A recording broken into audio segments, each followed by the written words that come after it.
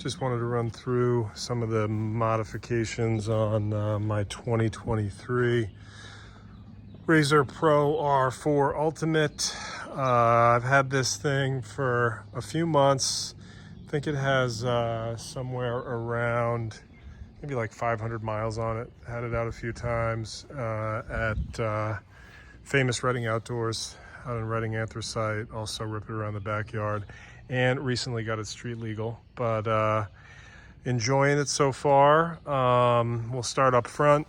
We've got the Polaris high coverage front bumper with the 6,000 pound winch. Also have the Polaris fenders, have the rigid light bar. What else we got up here? Also have the front kind of center brow headlight that is I think it's the WD Industries blinker unit. I'll turn it on and go through the blinker stuff in a minute. But other than that, on the front, I'll also have the Polaris side mirrors. We've got the Rota, I forget what these are called, but they're Rotas. They're 5x120, 17x8 Rotas, and they fit beautifully. So for those of you that are looking at getting some wheels for the Pro R, Rota has a bunch of different wheels that fit. These were the first ones that I saw that I liked, and I ordered them, and then I found another set that I like even a little bit better. So we'll see what happens. Maybe, you know, they're not expensive. I think it was like less than $800 for the whole set, and I may get the other ones if these get beat up or whatever. But in terms of tires, because I've been riding on the street, I had to get DOT tires for it. I think, what are these? Let me take a look here. They're filthy right now, but yeah, I don't even remember what they are. But they also were, I think, maybe like $800 for the set of 4, so not crazy. But they're 32s, stock circumference, but just a little bit wider than the stock 15x7 wheels. So what else are we working with here? Let's see. We've got the Viper shifter, which is definitely a must on these guys. The stock shifter that comes in these units. It sucks. It's real mushy. It's hard to get into gear. It doesn't engage right. So that's been really nice. Not terribly difficult to install. Just have to make sure that you play with the shifter linkage in the back to get it to shift right. Also have, I think I got this mirror on eBay for like $40, and fits right into the stock location, which is nice. Then we have the little speaker pods for the back. These are the SSV Works with some kind of cheaper Rockford Fosgate 6.5-inch speakers, and they're marine, so supposedly they'll kind of handle the dirt and mud and power washer stuff. They've held up fine so far. This is the Ultimate, so it came with the speaker pods in the back. But I took the speakers out to kind of see what they were, and they seemed really kind of light and cheap. So a set of these 2 Rockford Fosgate guys is, I think, $120 on Amazon. So while I was getting these, just to kind of make a match, I tore the stock speakers out of it and put these in the rear pods. And it sounds fine. I mean, this thing is so loud. I'm going to do a full review on it. Right now I'm just running through the modifications. But yeah, I mean, when you're ripping around, you've got to turn the volume all the way up to 9+ to be able to hear anything. Yeah, I think it still has the speakers that come with it in the front, and the little tweeters. May replace those at some point. Got the rear windshield. I believe this is from R1 Industries, and it has the little cutouts for the speakers. Really easy install, and pretty solid unit. Really the only reason that I got it was to cut down on the noise level, and it did a little bit. In the back here we have the high clearance Polaris rear bumper, which is pretty cool. Definitely, you know, made by or designed by Polaris, manufactured by Polaris, so it all fits really, really well. I'm trying to think if I have any other stuff.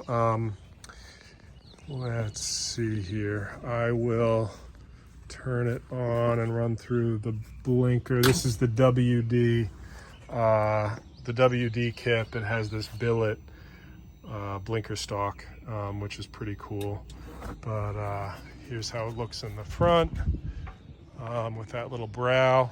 I've passed by a bunch of cops here in Pennsylvania, and nobody has pulled me over yet, but knock on wood on that. Here, this is how it looks in the back. Future modifications, definitely want to get the chase light, just the rigid chase light from Polaris. As you can see, also have the Montana or the license plate LED frame from WD as well. Walking around just trying to think. Oh, one more thing is the door inserts, front door inserts from Polaris. Before you get these things, you know, none of this is here, so there's kind of these gaping holes in the front doors, and if you're going through puddles or deep water, it just gets you soaked. So those are kind of a must-have. Let's think if there's anything else. Oh, front windshield. I may have not mentioned that, but that's just the glass windshield from Polaris.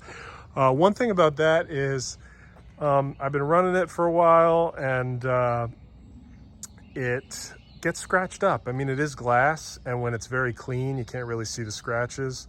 But if there's some condensation or it gets dirty, whatever I've been driving through has kind of gouged it up, which sucks.